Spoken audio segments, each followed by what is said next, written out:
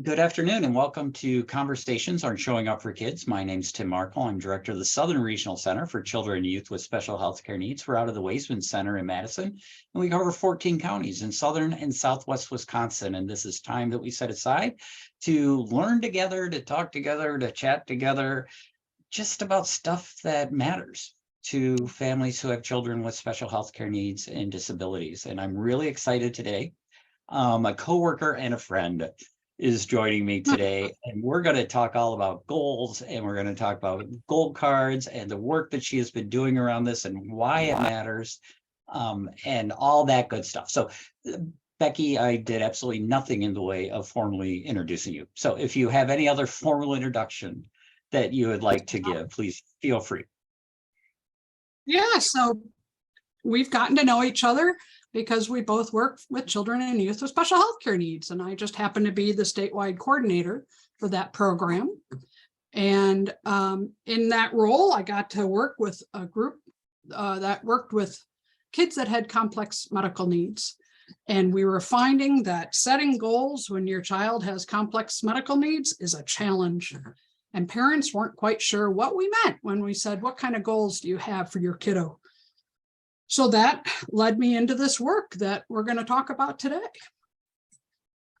So it sounds to me it started with the fact that, we had a well-intentioned agency that wanted to know what the goals were that families had for their children. What do you want your child to succeed in, or what do you want your child to do? What are your child's needs?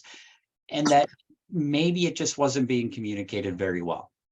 And so parents weren't really understanding the question.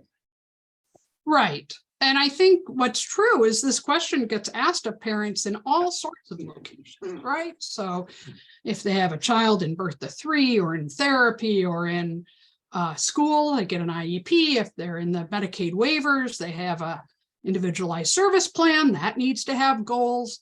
And we were supporting another process called shared plan of care, which many children have with their doctors. And it's just what it sounds like, right? It's a care plan that they create together. And in that, we talk about the goals that the family has for their kiddo and how the docs can help reach those goals. So in all of these different environments, we ask parents, well, what are your goals for your child? What are your goals for your child? What are your goals for your child? And sometimes it's not, sometimes it's quite clear that those goals are going to directly relate to the service then that they're going to be able to access. Sometimes it's in school, and so parents feel like it should be an educational goal. At the doctor's office, they got to thinking it should be a medical goal. But bottom line, it's hard for us that parents that raise typically developing children to think of goals for our children other than let's hope they're happy and healthy, right? I mean, that's what I think of. If you tell me what are my goals for my children, I want them to be happy and I want them to be healthy. And so please do anything you can to support my child's happiness and my child's health. Thank you very much. Exactly. But somehow, if you have a child with a special healthcare need or a disability, we ask even more of you as a parent to come up with a goal so that we can provide a service, or a goal so we can create a plan for your education. And so I think it was completely natural that these parents were like, oh, what do you mean? I don't even know what, here we're in a doctor's office and now you're asking about goals. I have completely lost track of what this conversation's all about.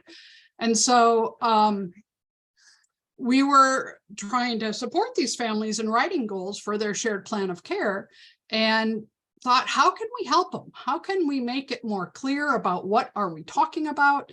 What kind of goals do we meet? What do we mean by the word goals? Right. And so we did some research, and there happened to be a clinic in Denmark, of all places, that had these goal cards. Did you get to fly over there?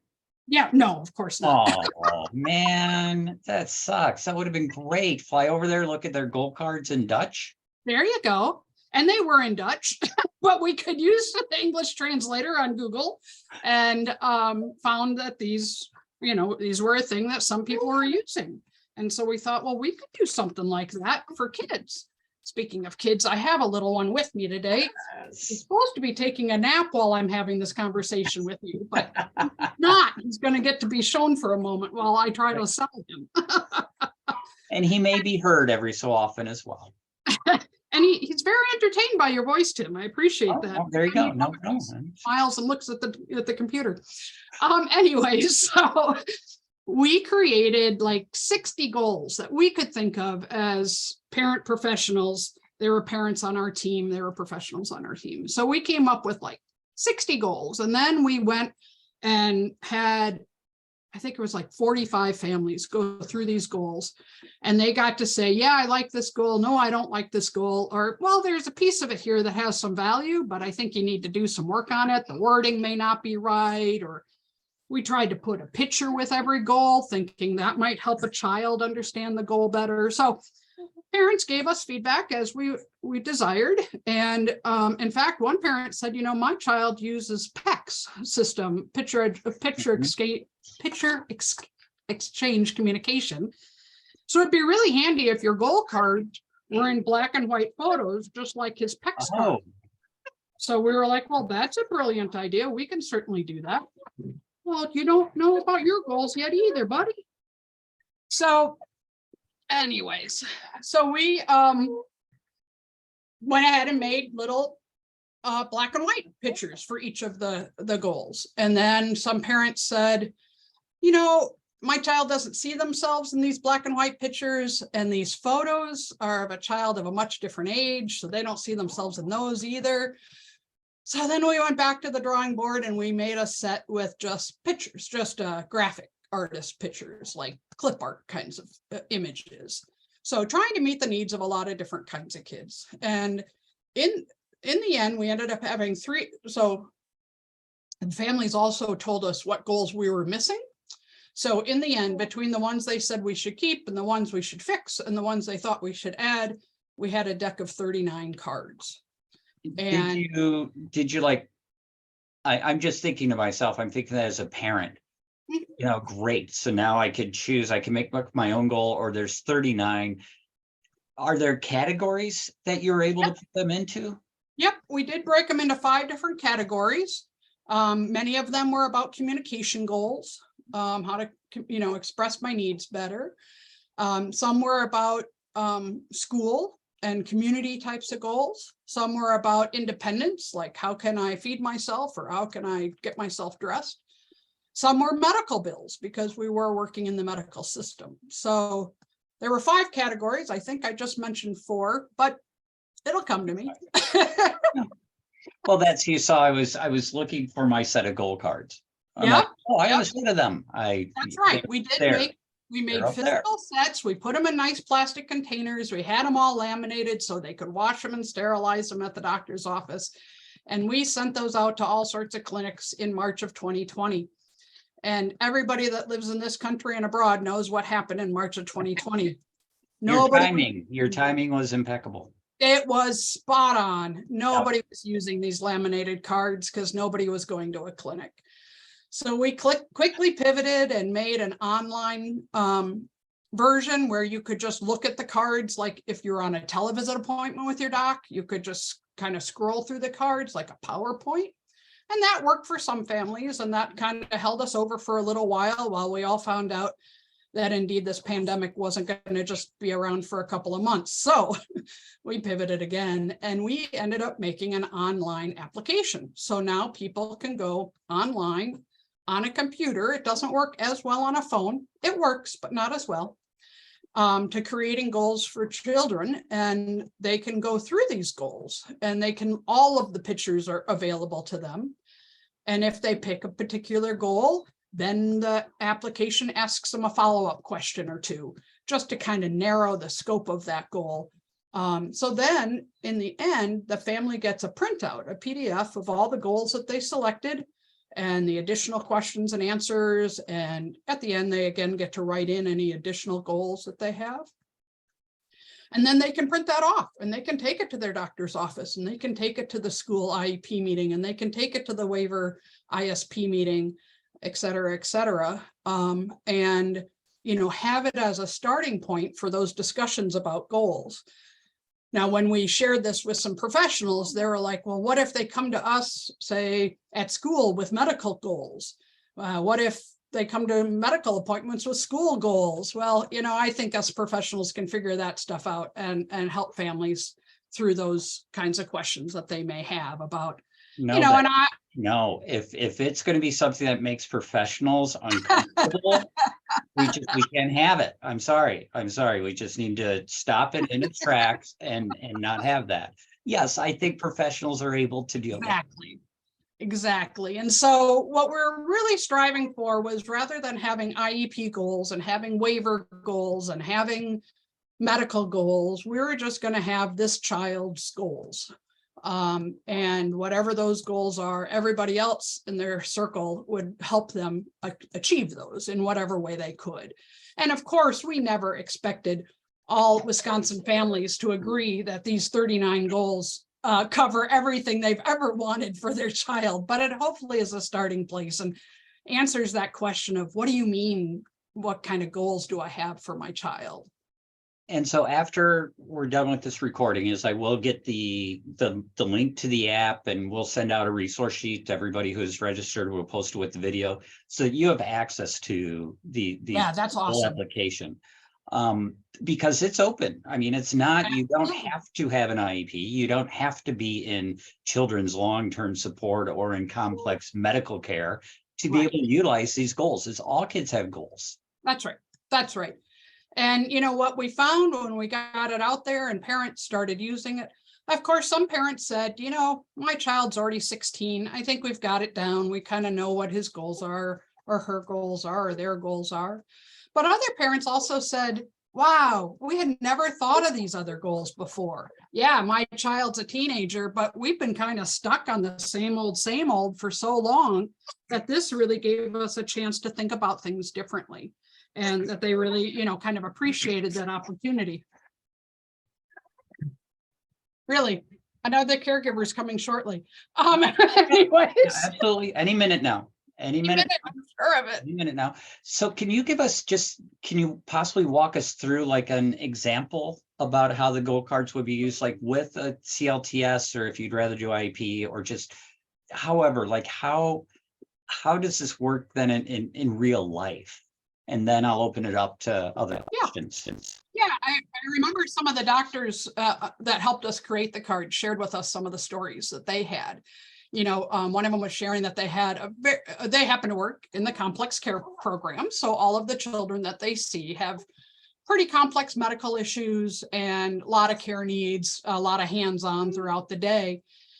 And so, the doctor was predicting, right? So this parent's probably going to come in and ask me about how can we, have fewer medical appointments, which is one of the goals. Or maybe they're going to ask, how can I get a dentist that's going to provide, that's everybody's goal. But what the parent came in with was, I want to play more. And the doctor was like, are you serious? This is your goal? You want to play? And so they got into a wonderful conversation, and the family didn't know that there were accessible parks in the community. And so they hadn't taken their child to a park before. So through the doctor's resources, they were able to get this family set up to, excuse me, we're handing off baby. So they were able to find a park that the family could go ahead and start taking their child to. And so the doctor just felt great about that, because no way would that have ever come up if they hadn't have used the goal cards. They would have just kept their mind in this medical model and not thought of something like that. So that was a fun example. Another example that we had was a parent who used these cards with their daughter. And again, so often we don't include our kids in these conversations. Right. But this was a great tool to get the child involved in the conversation. And she ended up splitting the cards into, no, I'm not interested in these goals. These I'd like. And, I think down the road, we should probably talk about these ones too, but I'm not ready for that right now. And again, couldn't have had that conversation if it wasn't for these cards that she could put into these stacks and have a conversation about it. So we're actually giving voice to children that haven't had a voice before about their own goals, which I wish I had thought that was our goal when we created this, because what a really wonderful outcome. That's a great goal. Yeah, that was my goal for the goal cards. Yeah. So a lot of kids are able to now say what's important to them. Another parent told me, we've been working on communication for so long, I completely forgot about social goals. And by using this app, I realized we got to stop pounding the pavement on these communication goals, and let's look at some more joyful goals. Let's get out and be part of my community more. Let's be part of my school more, those types of goals that are in that section. So it's really gone in directions that families weren't predicting.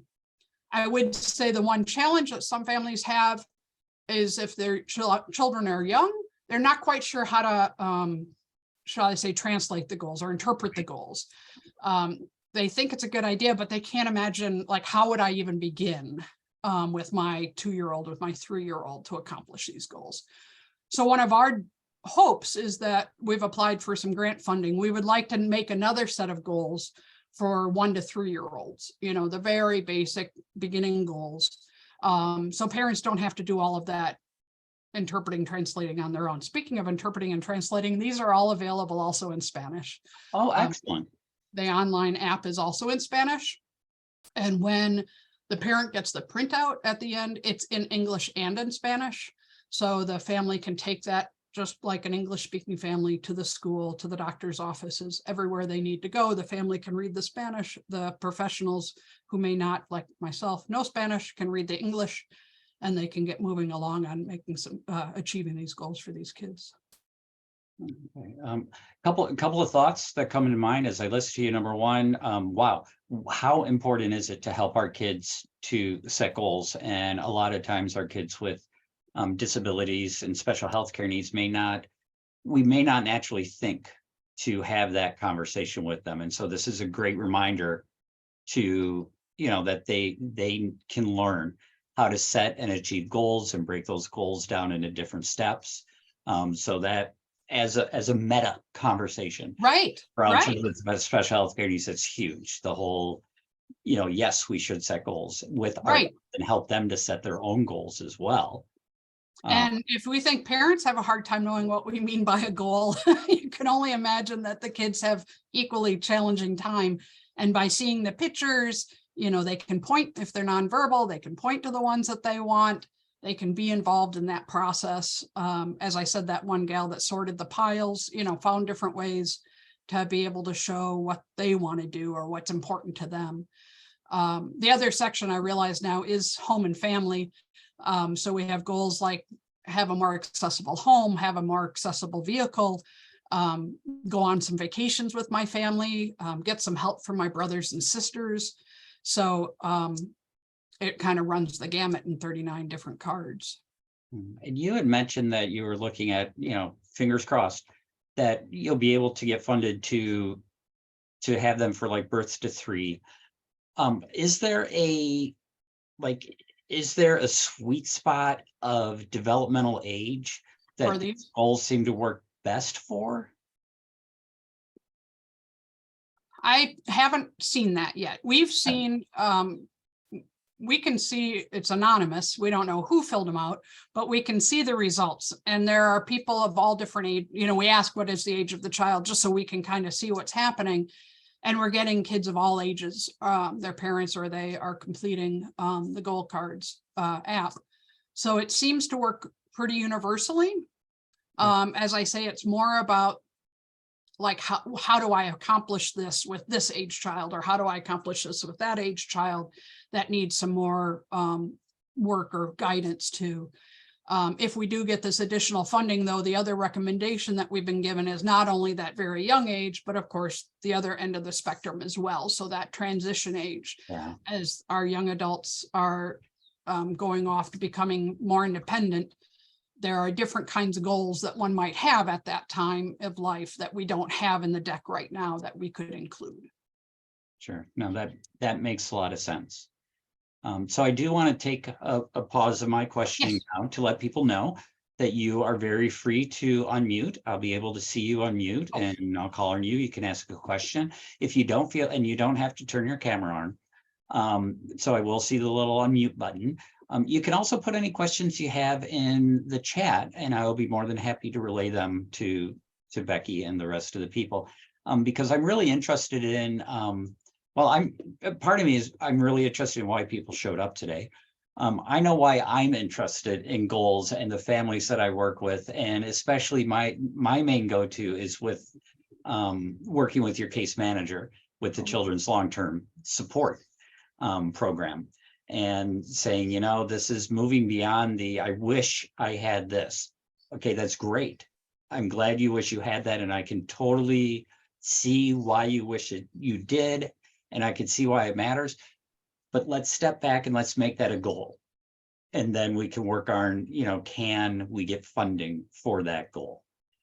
So that's the main part. When I think about goals, that's what I'm trying to think of, helping families explain what the goal is behind their wishes for their children. So I'm always interested in what other people are thinking about when we talk about goals and goal cards. So please feel free to unmute, feel free to put something in the chat.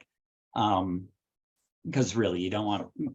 Becky and I will start to talk about Coob, which is a fantastic sport. If you Great know game. KUBB, so feel free, look up Coob. It's fantastic. But we probably don't need to have that discussion today. So do you have any examples off the top of your head about using them with the Children's Long-Term Support, the CLTS waiver program? Like maybe even from I'm going to ask the question I want to ask, Becky. Okay. So a family can go and work on these goals. I know that not every school, not every doctor is going to be familiar with this. Mhm. If they show up to their case manager, are they aware of the goal cards, and can they help families with the goal cards? Absolutely. So in 2021, so it's been a couple of years, but we did a pilot specifically with the Children's Long-Term Support Waiver Program. And I think we wanted 5 counties, and we got like 10 counties that were like, oh, I want to be part of this.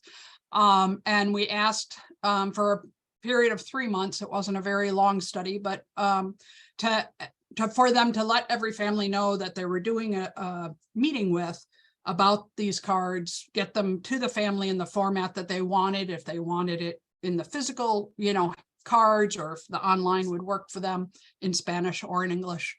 And then they would have their regular meeting, and they would see, did the goal cards improve the conversation? Did the goal cards app process interfere with the conversation, or make absolutely no difference whatsoever? And what we found was about 50% said it improved, 50% said it didn't matter one way or another. There was one response that said it caused a conflict. And the comments on that particular one, because of course we can't see the half of them that says it was worked. We have to look at the one that said it was a problem. And that was exactly what I described earlier, that they got overwhelmed with it and they weren't sure how this all could happen for their child. And it just felt like too much. And so that was, unanticipated consequence of this process is it probably is important for professionals to know the parents that they work with well enough to know, are 39 goals to look through just going to overwhelm this family? Should I just give them the set of communication goals, or should I just give them the home and family goals, or whichever subset it might be? And then we can build upon it at another conversation. We'll go through the next, category of cards. So anyways, most of the people found that it improved the conversation. I think what it offers is that it gives families a chance to think about these things while they're not in that meeting. I think the deciding together process that the CLTS waiver staff use is a very sound and well-regarded process. But I think it helps a family if they could have thought about this before they go into deciding together, that they can come into it with some ideas. I remember one time I gave a workshop about this at a conference, and parents were in the audience, and they said, but why would I set a goal for my child? I'm not the professional. And I have to say, I nearly broke down.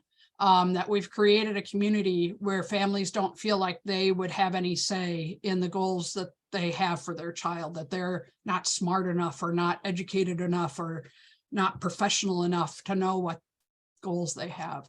So I fear that, the pendulum swung way too far one way or the other at least for that particular family, that they felt like they were completely at the will of the professionals in their child's life, to even to the point of developing goals, because I don't know what those would be. I don't know what's reasonable. I'll just let the professionals do it. So that's another way this can hopefully say, nope, actually, as a parent, you are completely capable of doing this. And the tricky part is the working with the professional to make it happen. But you as the parent can certainly come into the meeting and say, we went through this process, these goal cards that are on that app that we heard about, and this is what we're thinking about, and then decide together how to go from there. Well, and that makes me also think about the fact that one of the things that I talk to families about is the best outcomes come from collaboration. Mm-hmm. And that I know my child, I live with my child 24/7. I understand my child, but there is expertise that's out there that I don't know, that I want to be able to tap into. I don't want to be told, but I want to be able to tap into it. And I want to be able to work collaboratively. And so I also see these goal cards as a great way to start those collaborative conversations with case managers, with doctors, with educators, so that there is a give and take where everybody could bring their expertise to the table to help reach that goal for the child. Right.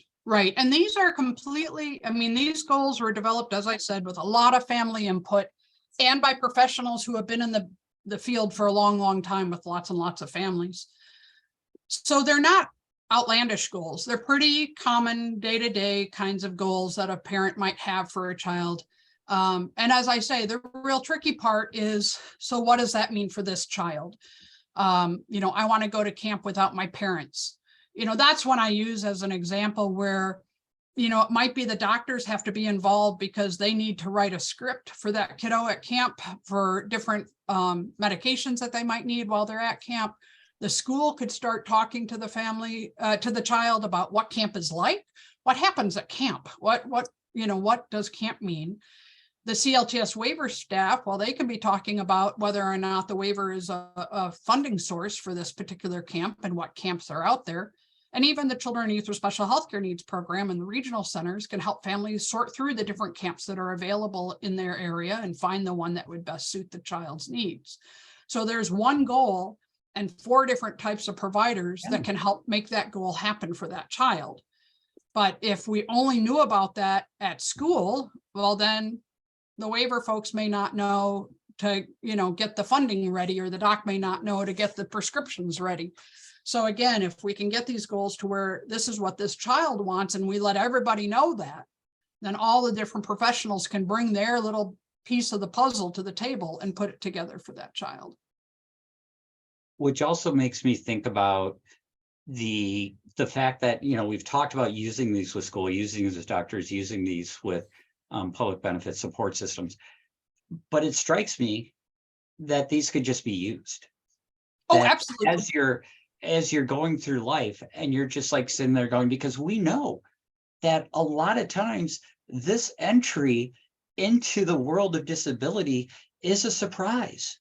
Absolutely. It's not planned for, and no one has prepared us for it. And we're finding our way along, and we're looking for resources. We're trying to cobble things together. So being able to look at just the set of ideas, right, about things that I could work on with my child. Gosh, I wish I would have had that. Well, and we've gone a step further. Growing up, I really do. Yeah, I hear you. We've gone a step further in the online app. Once you select your goals and answer the follow-up questions, when you get the printout, you can request to get 3 different forms. You can just get the goals, which is fine, which is kind of what we've been talking about. But we also have created resources for each goal and where to start, or next steps for each goal. So you can ask for all of that. I want the, grand enchilada here. I want everything so that I can get started on this on my own. And so the resources and the next steps are all Wisconsin based, or kind of internet based. I want support for my brothers and sisters. So we make sure you have the connection to Wisconsin's. We also let you know, here's a list of books that are good for kids at different ages who have siblings with disabilities. So you can, even if you don't, have an IEP meeting coming up, or you're not on the CLTS waiver, whatever it might be, you can go ahead and get started right away. And as far as the next steps, that's where we kind of suggest, if this is the goal you have for your child, here's how school might be able to help. Here's how your doctor might be able to help. Here's how the Children and Youth with Special Healthcare Needs program could help. Or if you're on the waiver, here's how the Children's Long-Term Support waiver could help. So we break it down on each goal so families have an idea of, oh, I could give them a call. I'm going to call them today and see what they have to say, how they can help me get going on this. So there are some sort of baked in helps. If this is what Yep. your interest is, working with your child, we're going to at least point you to some people that could help you have that conversation. That's cool. Right. Right. And or the resources if you want to go and do it on your own. We have videos, we have websites, we have places in Wisconsin you can turn so that you don't have to be in a program in order to start achieving the goals for your children. Cool. We do have a message in the chat for you. I'll read it off to you. As a new CLTS service and support coordinator, but her background is in early childhood education and mentor and knows what she's doing. I'm wondering if it makes any difference that using the terminology goal be perceived as rather technical to a family. I mean, we all have dreams and hopes and desires for our children, but as a parent of a child who's in the presence of experts, I keep hoping they don't think that there's a wrong answer. That's right. Excited to see that they're available. Can't wait to see them. So have you think about other words, or because I think about that too. Yeah, that's a good point. No, it's a really good point. We came across goals because that's the word that's used in the shared plan of care. I know, at least historically, the CLTS waiver uses the word outcomes. What kind of outcomes are you looking for? Right. Which frankly doesn't help families that we use different terms for some of the same stuff. Oh, that always amused me when somebody say, so what outcomes are you looking for your child? Well, I hope they poop. That's an outcome. I want a good, solid outcome. What are you talking about? Nobody talks like that. Well, they would talk like that. Others talk about goals.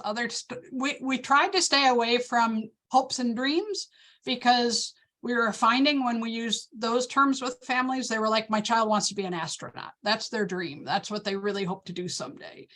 And it was like, oh yeah, I can see that. And that's not what we're talking about here. So we purposefully use goals rather than hopes and dreams because of that conversation, that hopes and dreams tended to be bigger, more broad, more, when they're an adult, my dream for them is versus, what could they do in the next 6 months? So I think that's a really, really good question and a really good conversation that probably professionals across the different entities should get together and have as a conversation so that we could be a little more universal and a little more supportive of our parents in that way. So have you found people using them possibly in talking about what you're from the sense that your child is here and that's what they're doing, and then what would be a next step that you want for them? Is that, have you seen that as part of that? Yeah, I mean, I think we can't talk about that next step if we don't know what the goal is. So that's exactly where we're going with this, is that if we can at least know you want to have, like, one of them is be more involved in my school. And that's actually where we're saying some families get tripped up because then they feel overwhelmed of, I don't know how to help them feel more involved in their school.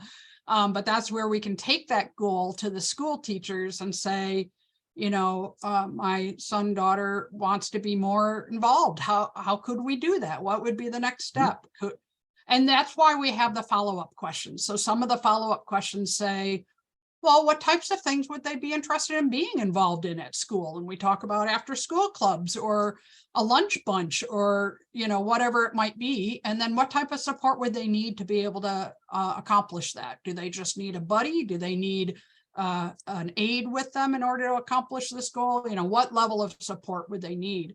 So that when they take it to the next step, to a IEP meeting, they're not just coming in and saying, I want to be more involved in my school, but they're able to say, and I think, these are the areas of school that they would like to be involved in, and this is probably the level of support that they're going to need in order to accomplish that. So we do try to set it up with those follow-up questions to kind of flush out, because some kids, they're going to run the gamut, right? Some kids are only going to need a little bit of support to do that. Some other kids are going to need more physical hands-on support to do that.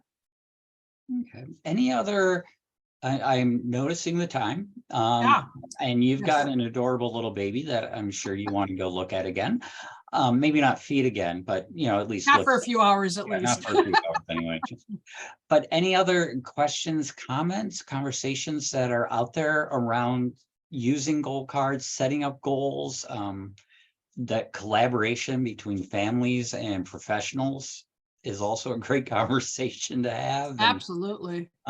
so just going to open it up for any other, just give it a moment for any other questions, either in the chat or you can unmute and I'll be able to see that and call on you. That is fine. You don't need to turn your camera on. You can unmute and talk. Just wondering if there's any other thoughts out there before we close out for the day. And just as a reminder, we are recording this. And so after this is done, you'll get the recording so you can hear the whole thing, as well as then the resources, the links to the English version, the Spanish version. If I'm really on my game this week, don't count on it, folks. I'll try to include the link to the Deciding Together. CLS Deciding Together stuff, I think would be apropos for some of these people as well. So I'll try to remember that. Matter of fact, I'm just going to put it into the chat because I always read the chat afterwards. Okay, so hang on, folks. All right. Well, yeah, and we also created a little short YouTube video that just introduces the concept of the goal cards and has the URL in there. So I've asked him to include that as well. So if you're working with families, you can just shoot that out to them and they can go exploring on their own and see if this is something that resonates for them or not. And knowing my schedule, please do not set aside time tonight to the YouTube video or go over the resources, but maybe Thursday night, you can slot that into your Thursday night schedule. I'll do my best to try to get that out. Well, Becky, thank you so very much. I know how long this took, and I know how many people from a regional center and as a parent point of view, I know how you reached out to families and to professionals to really have their input, that this was not one of those, hey, we have a good idea, let's see if anybody likes it. No, you worked with the people that are going to be utilizing it to make it work. So absolutely, and look forward to continuing that process. If we get some more funding, we want to do more family focus groups and make this a tool that families find useful. Let me tell you, working with families in the transition age, yes, there is so much that hits you at that age. Absolutely. It would be helpful to maybe break it down and look at some of those goals. So I'm rooting for you. I'm on your side. Sounds good. I'll be calling you if we get the funding. Yes. I think I'll be here. Never know. Sounds good. I'm sure you will. Thank you. And thank everybody for being here. Our conversations aren't showing up for kids. I know that when you went to register, this looked to be the last one. It's not. I have just been lining up some special stuff for Autism Acceptance Month. We're going to have everything surrounding autism and mental health, and just I got a couple of meetings this afternoon. I'm just so excited. So please, hopefully you all said that you're able to receive information from Southern Regional Center. We will get that to you at the end of this week, so you know what's coming up in April. We're just really excited about the lineup that we have going. We just have to get it all slotted and right and get everybody into the right place. So that's why it's not there. It will be there by this weekend. So thank you all so much for being here. Take care. Thank you.